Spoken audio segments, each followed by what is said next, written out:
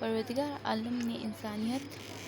کی فلاح کے لیے اور انسان کو سیدھا راستہ دکھانے کے لیے 1,24,000 انبیاء کو اس زمین پر بھیجا۔ قرآن پاک میں بہت ہم کم انبیاء کا تذکرہ ملتا ہے اور ان میں سے بھی چند اولو العزم پیغمبر گزرے ہیں اور چند ایک کو معجزات عطا کیے گئے ہیں۔ ہم ان میں سے کچھ انبیاء اور ان کے معجزات کا ذکر کریں گے۔ پروردگار عالم نے ان انبیاء علیہ السلام کو ان کے زمانے کے حساب سے معجزات عطا کیا۔ حضرت علی ابراہیم علیہ السلام جو شیخ الانبیاء اور کئی امتوں کے باپ ہیں، جن میں سے عیسائیت اور یہودیت اور اسلام جیسی شاخیں نکلیں، ان کو جب نمرود کی آگ میں ڈالا گیا تو پروردگار عالم نے آگ کو حکم دیا،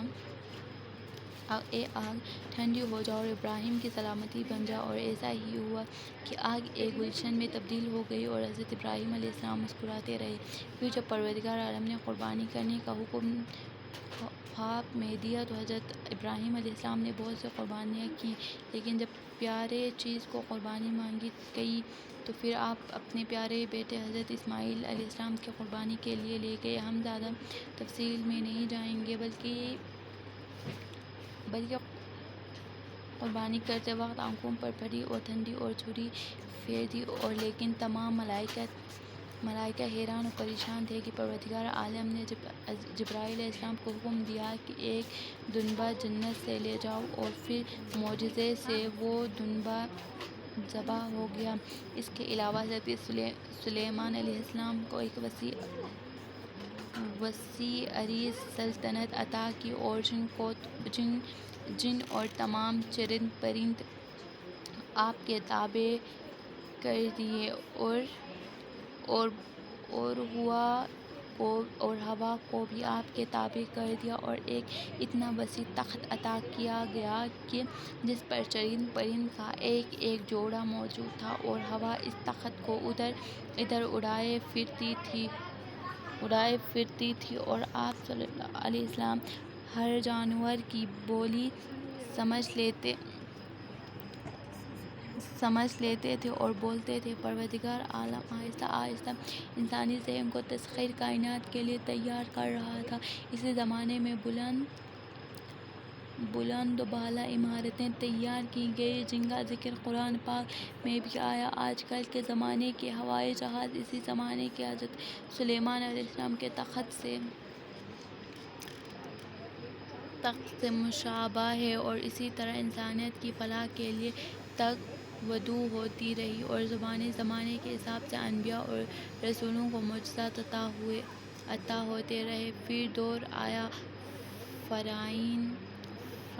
مصر کا اور جواہرام انہوں نے اپنے مقبروں کے لیے تعمیر کی۔ آج وہ دنیا کے عجائب میں شامل ہیں، اور یہی نہیں، انہیں فرعون مصر نے خدائی کا دعویٰ کر دیا اور اتنے سرکش ہو گئے کہ پروردگار عالم کو بنی اسرائیل کی مدد اور حفاظت کے لیے حضرت موسیٰ علیہ السلام کو بھیجنا پڑا۔ اس دور میں جو چیز سب سے نمایاں تھی اور علم نجوم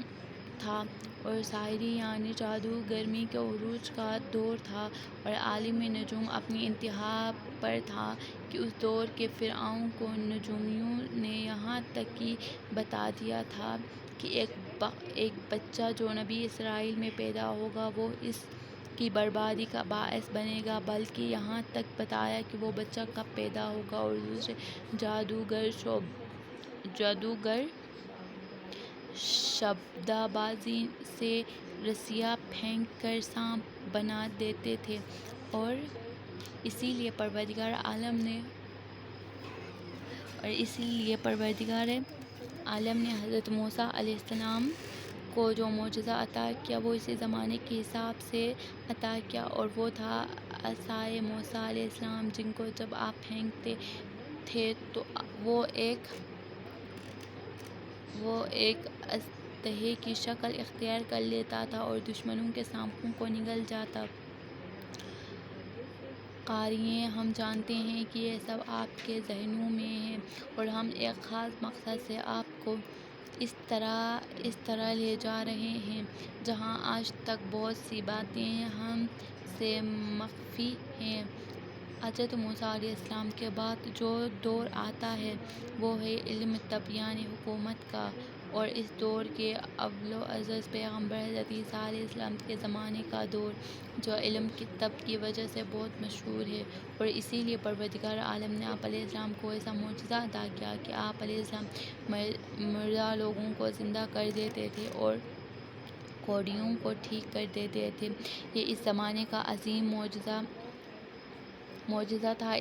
ان تمام ادوار کے دوران سائنس برابر ترقی کی منازل طے کرتی رہی، اور جب ہمارے رسول پاک صلی اللہ علیہ وسلم جو افضل الانبیاء، افضل البشر اور خاتم